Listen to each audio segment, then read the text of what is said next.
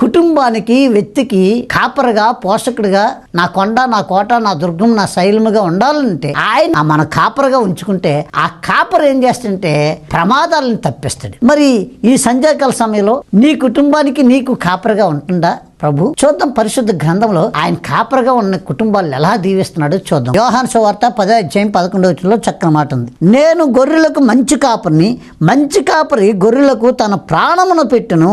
ఆమేన్, ఆమేన్, ఆమేన్, glory to the God. ఆయన అంటాడు, జీతగాడు గొర్రెల కాపరి కాడు గనుక గొర్రెలు తనవి కానందున తోడేలు వచ్చుట చూసి గొర్రెలను విడిచిపెట్టి పారిపోవును. తోడేలు ఆ గొర్రెలను పట్టి చెదరగొట్టును. జీతగాడే గనుక గొర్రెలను గురించి లక్ష్యము చేయక పారిపోవును. నేను గొర్రెలకు మంచి కాపరిని. దేవునికి స్తోత్రం.